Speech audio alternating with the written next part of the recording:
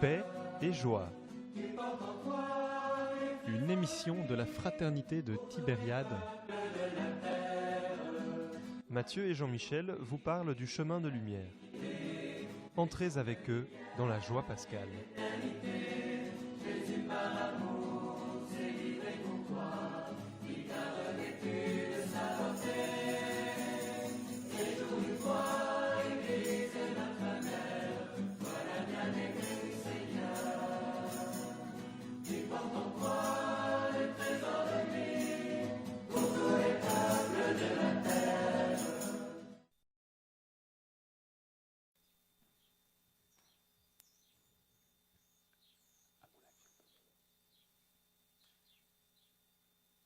Ça va commencer, tu crois?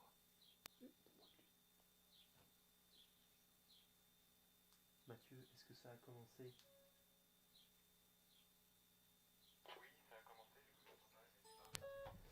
Bonjour à toutes et à tous, chers auditeurs. Bon dimanche et bonne fête de la miséricorde. La messe commencera à 11h, mais avant cela, je dis bonjour à frère Joachim qui est en face de moi. Bonjour Jean-Michel, bonjour à tous ceux qui nous écoutent. Et ensemble, nous allons discuter de la station d'aujourd'hui, qui est celle de l'histoire de Thomas, qui nous ressemble souvent. Thomas qui doit voir pour croire. Alors frère Joachim, peux-tu un peu nous expliquer cette station? Et alors, chers auditeurs, pour vous donner les références, vous pouvez lire plus tard le récit à votre aise dans l'évangile de Jean au chapitre 20, versets 24 à 29. Mais donc frère Joachim, raconte-nous cette station. D'ailleurs, c'est le texte aussi qu'on va relire, en tout cas une partie du texte on va relire à l'évangile, à la messe là, tout à l'heure. Simplement, il faut repartir de la station de hier. Donc hier, il y avait tous les disciples, en tout cas toute une partie des disciples, parce qu'il en manquait un, justement, Thomas qui manquait, qui étaient réunis ensemble, les portes verrouillées par crainte des Juifs, et puis Jésus qui apparaît au milieu d'eux, qui leur dit « La paix soit avec vous ».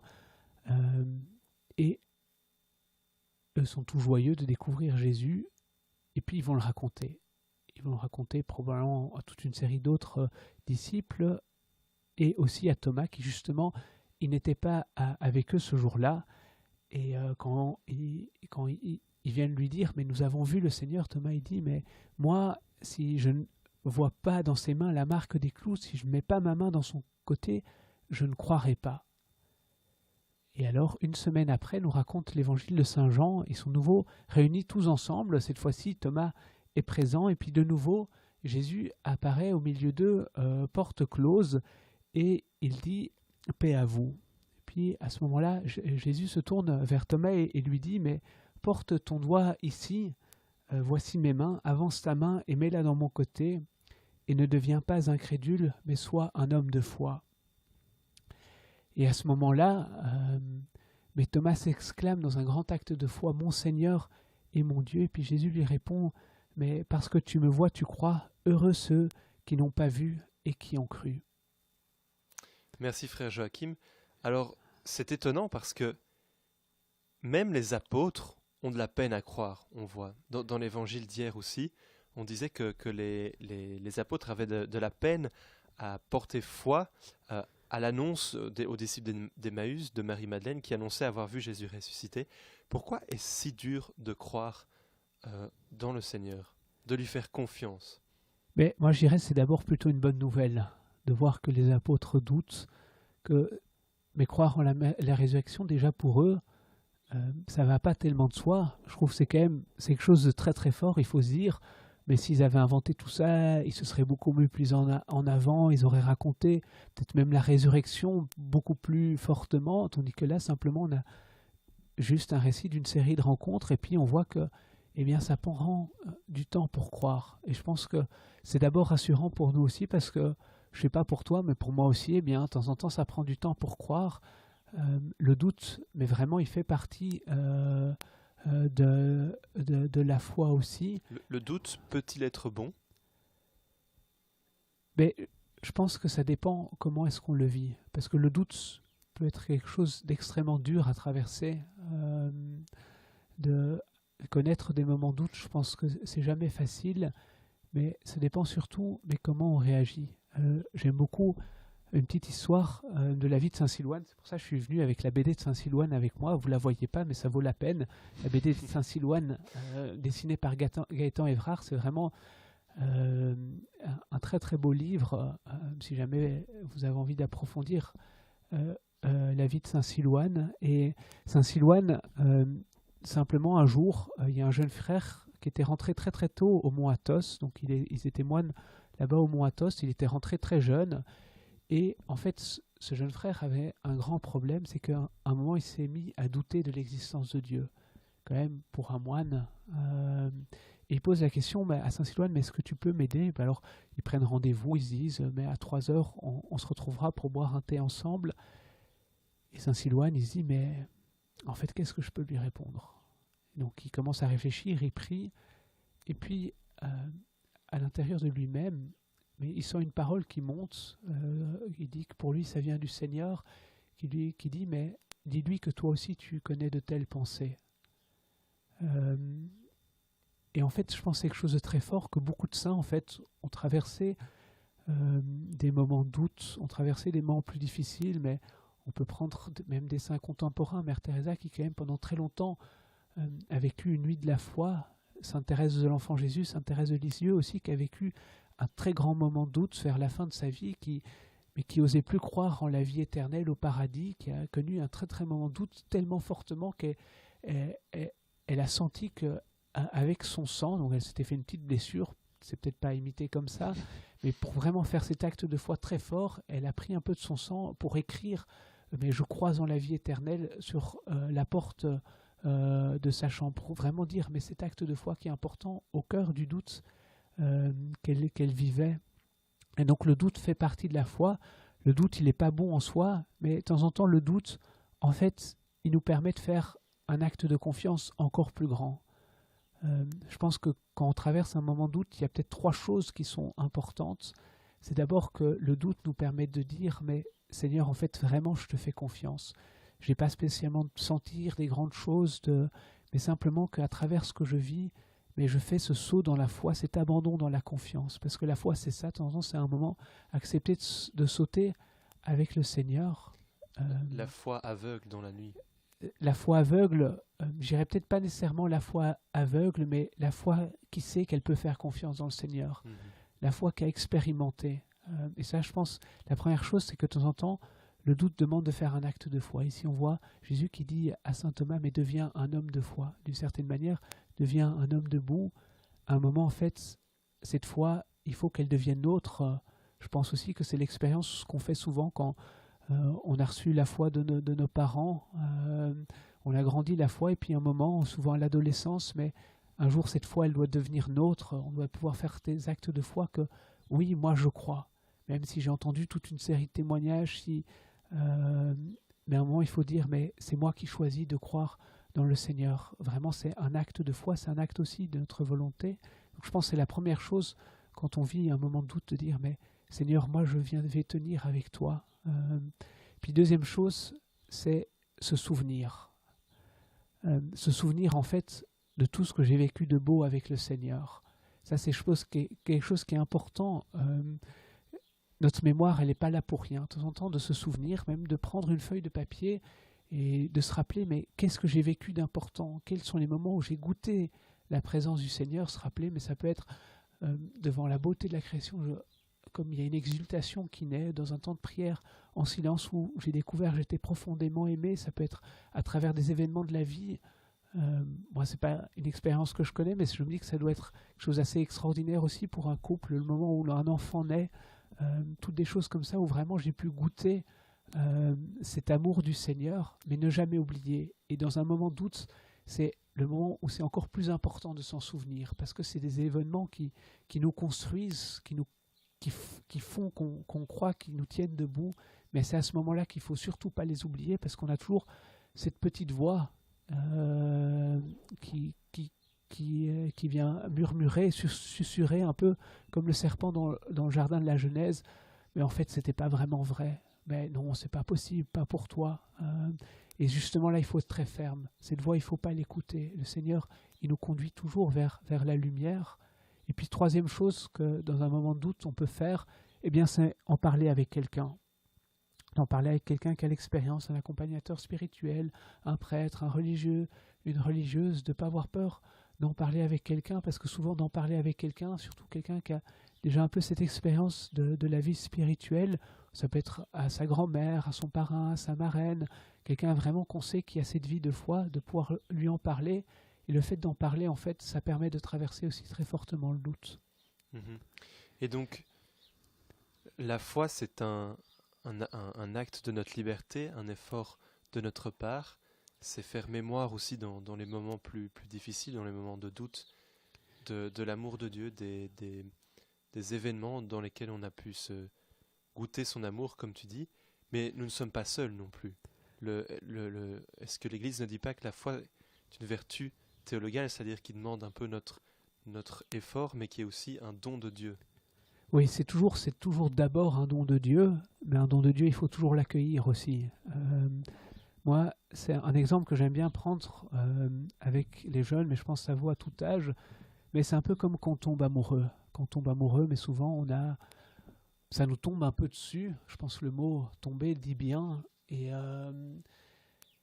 puis à un moment, un peu tous ces sentiments disparaissent, sont plus aussi fortement présents. Et souvent, moi, je pose la question aux jeunes, mais à ce moment-là, qu'est-ce que tu fais? Un moment, c'est plus juste tomber amoureux, mais c'est choisir d'aimer. Et c'est vraiment la foi, c'est la même dynamique, c'est le même chemin qu'on est invité à passer.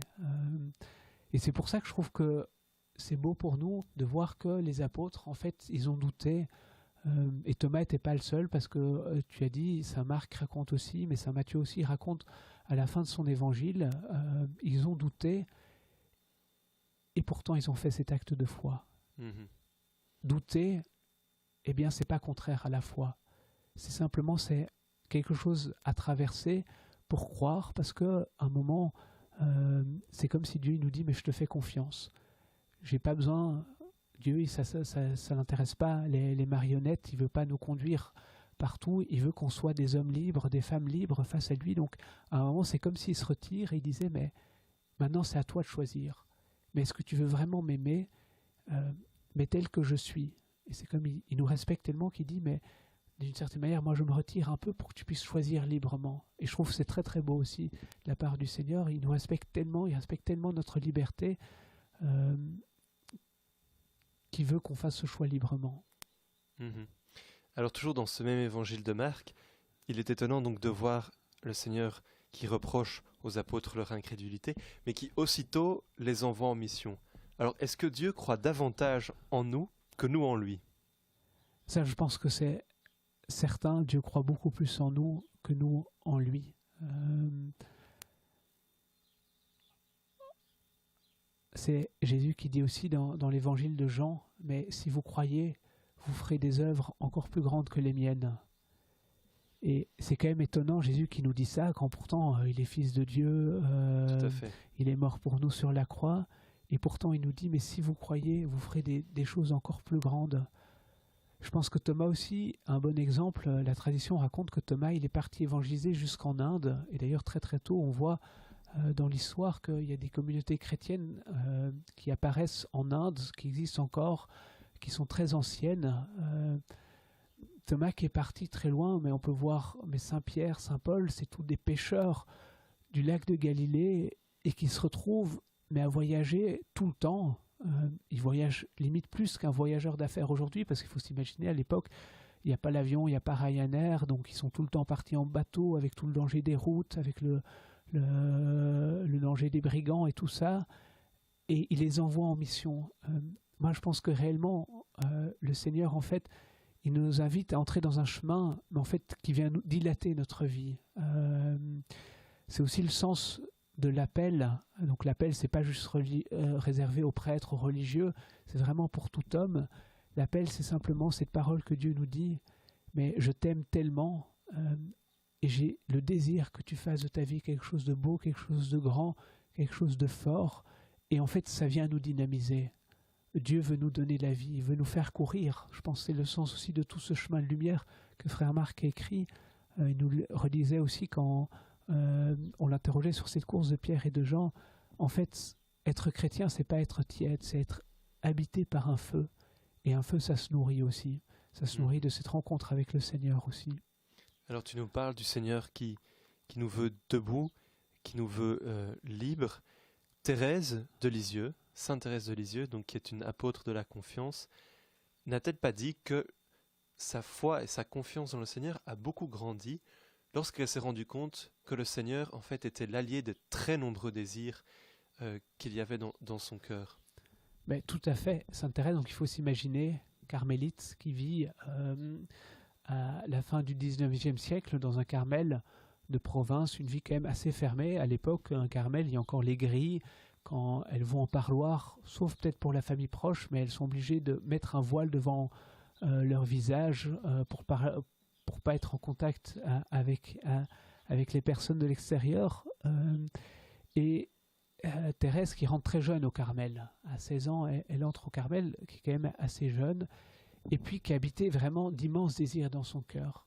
Et ces désirs, mais dans sa vie de tous les jours, quand au Carmel, il faut faire les petites choses comme faire le balayage, et en plus, elle avait peur d'aller dans les coins parce qu'elle avait quand même une sainte terreur des araignées. Et Thérèse, qui est habitée par ses grands désirs, elle raconte dans l'histoire d'une âme, mais qu'elle a le désir d'être apôtre, d'être prêtre. Elle était déjà un peu féministe sur les bords, d'être missionnaire, d'aller par toute la terre, d'aller annoncer l'évangile.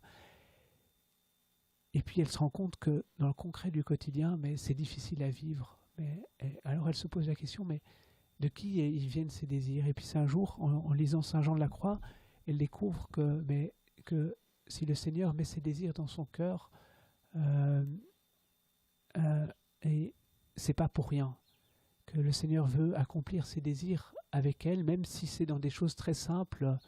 Un de nos frères racontait qu'il ne s'agit pas de rêver sa vie, mais de vivre ses rêves.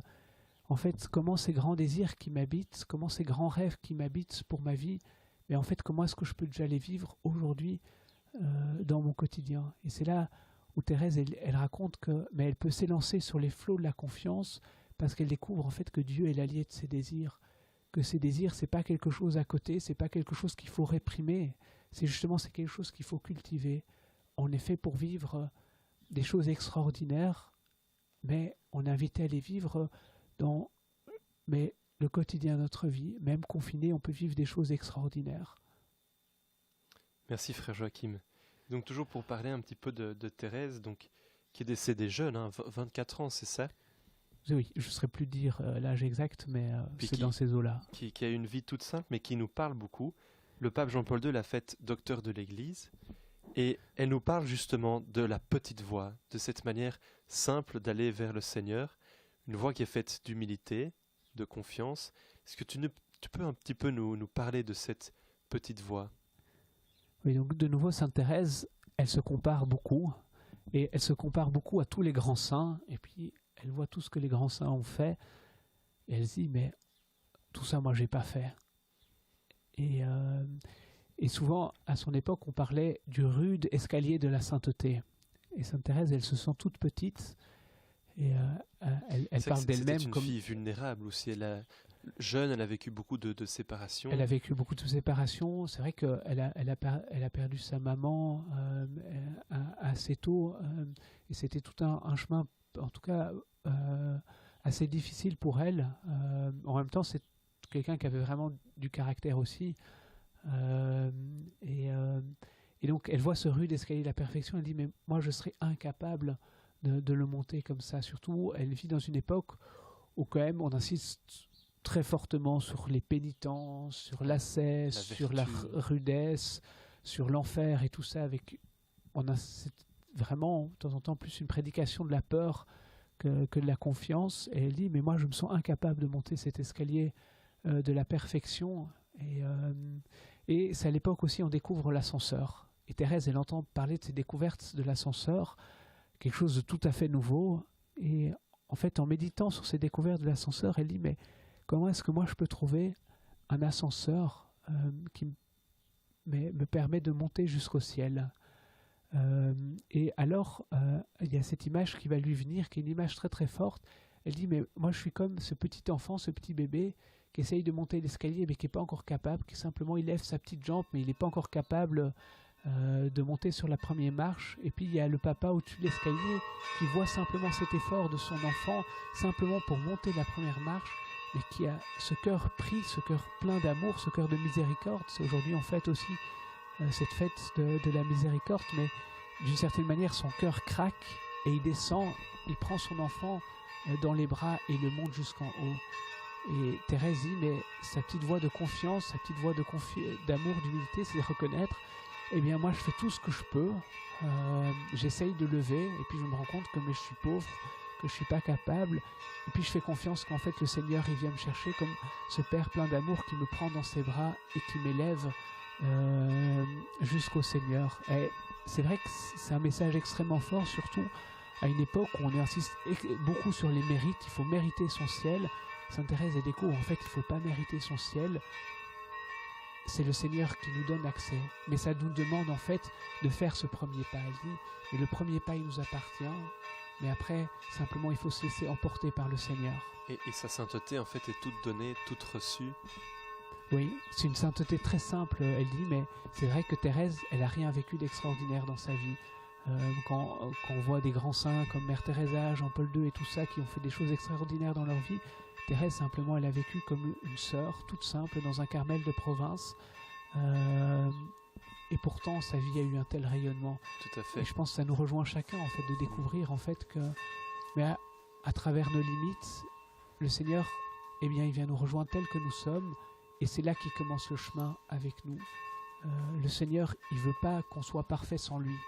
Le Seigneur, il veut faire ce chemin avec nous, mais il demande mais simplement de commencer là où on est pour le moment.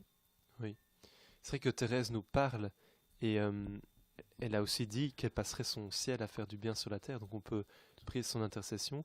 Et peut-être pouvons-nous vous conseiller, chers auditeurs, en ce temps de confinement, où vous avez peut-être plus de temps, pour lire notamment, de lire sur la vie de Thérèse, qui est d'ailleurs une sainte patronne de Tibériade, non? Oui, tout à fait. Et moi, je conseillerais spécialement de lire soit les manuscrits autobiographiques, ou bien de lire les poèmes de Thérèse. Je pense qu'ils sont même disponibles sur Internet.